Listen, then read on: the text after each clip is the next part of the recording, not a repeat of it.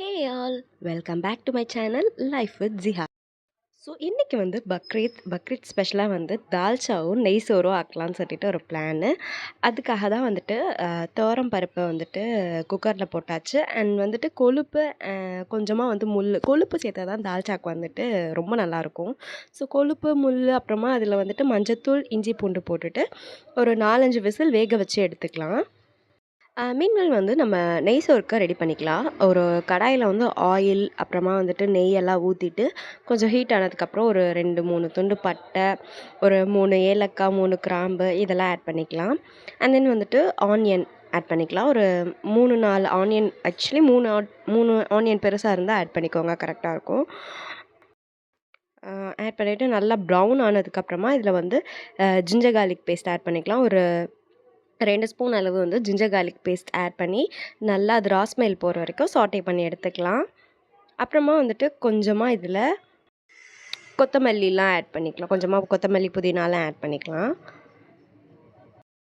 And எங்கள் ஊர்லலாம் வந்துட்டு கல்யாணம் அப்படின்னாலே வந்து தால்ச்சா தான் இருக்கும் மெயினாக. இங்கே எப்படி நம்ம பிரியாணியோ, ஆனால் எங்கள் ஊர்லலாம் வந்துட்டு பிரியாணி அண்ட் தால்ச்சா தான் வைப்பாங்க.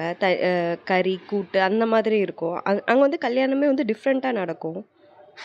அங்கே வந்து பிரியாணியுமே டிஃப்ரெண்ட்டாக இருக்கும். இப்போ நம்ம எப்படி கறி போட்டெல்லாம் செய்கிறோமோ, ஆனால் அங்கே வந்துட்டு கொஞ்சம் ப்ளைனாக தான் இருக்கும். அந்த பிரியாணிக்கும் அந்த தால்ச்சாக்கும் சாப்பிடும்போது ரொம்ப டேஸ்ட்டாக இருக்கும்.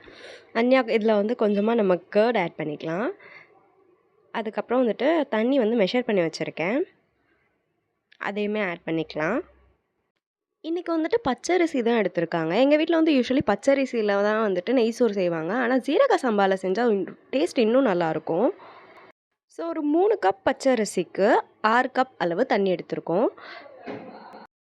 ஸோ நல்லா வந்து கொதிச்சதுக்கப்புறமா இதில் ரைஸுமே ஆட் பண்ணிக்கலாம். ஆனால் பர்சனலி வந்துட்டு எனக்கு வந்து பச்சரிசி விட ஜீரக சம்பா டேஸ்ட் வந்து நல்லாயிருக்கும் அப்படின்னு இருக்கும். ஸோ ஜீரக சம்பாலையும் ட்ரை பண்ணி பாருங்கள், நல்லாயிருக்கும்.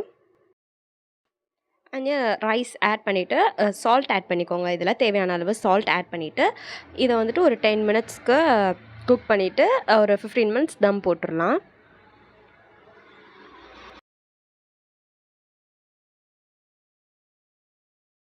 அப்புறமா நம்ம தால்ச்சாக்கு ரெடி பண்ணிக்கலாம். ஒரு கடாயில் வந்துட்டு ஆயில் ஊற்றிட்டு அதில் வந்துட்டு 2 துண்டு பட்டை, 2 கிராம்பு, 2 ஏலக்காய் ஆட் பண்ணிக்கலாம். என்னதான் வந்து நம்ம செய்கிற தால்ச்சா விட அந்த கல்யாணத்தில் எங்கள் ஊரில் சாப்பிடும்போது தால்ச்சாவோட டேஸ்ட்டே வேறு லெவலில் இருக்கும். ரொம்ப நாள் ஆச்சு நான் சின்ன வயசில் சாப்பிட்டது, கல்யாணத்துக்கெலாம் போய் ஊரில். அப்புறமா இதில் வந்துட்டு ஆனியன் ஆட் பண்ணிக்கலாம். ஒரு 2 வெங்காயம் ஆட் பண்ணிவிட்டு நல்லா சாட்டே பண்ணி எடுத்துக்கலாம். வெங்காயம் வந்து நல்லா வெந்து கொஞ்சமாக ப்ரௌன் ஆகிற ஸ்டேஜில் வந்துட்டு நம்ம இதில் வந்து ஒரு 2 ஸ்பூன் அளவு ஜிஞ்சர் கார்லிக் பேஸ்ட் ஆட் பண்ணிக்கலாம். ஆட் பண்ணிவிட்டு அது ரா ஸ்மெல் போகிற வரைக்கும் நல்லா சாட்டே பண்ணி எடுத்துக்கலாம். இதில் வந்துட்டு ஒரு கை அளவு கருவேப்பிலை, கொத்தமல்லிலாம் ஆட் பண்ணி அதையுமே நல்லா மிக்ஸ் பண்ணிக்கலாம். தென் இதில் வந்துட்டு 1 ஸ்பூன் அளவு சில்லி பவுடர் போட்டுக்கிறேன். நான் 1 ஸ்பூன் எடுத்திருக்கேன். நீங்கள் வந்து உங்கள் காரத்துக்கு ஏற்ற மாதிரி அட்ஜஸ்ட் பண்ணி எடுத்துக்கோங்க. அண்ட் அதில் வந்துட்டு ஒரு 2 தக்காளியை நான் கட் பண்ணி இதுலேயும் ஆட் பண்ணிக்கிறேன். அப்புறமா தக்காளி வேகிறதுக்காக கொஞ்சமாக சால்ட் போட்டு நல்லா சாட்டே பண்ணி எடுத்துக்கலாம். தக்காளி நல்லா வெந்து வந்ததுக்கப்புறமா இதில் வந்து காய்கறி சேர்த்துக்கலாம்.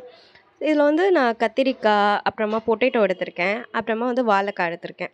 இந்த 3 காய் எடுத்திருக்கேன் இன்றைக்கி. ஸோ அந்த 3த்தையுமே ஆட் பண்ணிக்கிறேன். உங்கள் தேவையான அளவு தான் காய்கறிலாம்.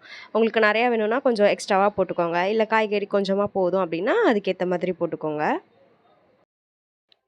ஸோ இதில் வந்து நல்லா வெந்து வந்ததுக்கப்புறம் நம்ம இதில் மசாலா ஆட் பண்ணிக்கலாம். மசாலா பொறுத்த வரைக்கும் வீட்டில் அரைச்ச மசாலா தான், கறி மசாலா வந்துட்டு ஆட் பண்ணுவேன்.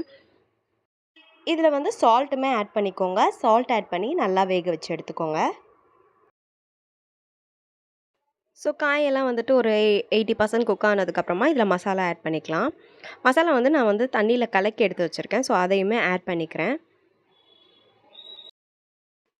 அப்புறம் நல்லா வேக விட்டுறலாம். ஏன்னா நல்லா வெந்து வந்ததுக்கப்புறம் தான் இதில் வந்துட்டு நம்ம அந்த பருப்பு நம்ம ஆல்ரெடி வேக வச்சுருக்கோம் இல்லையா, அதை வந்து நம்ம ஆட் பண்ணணும்.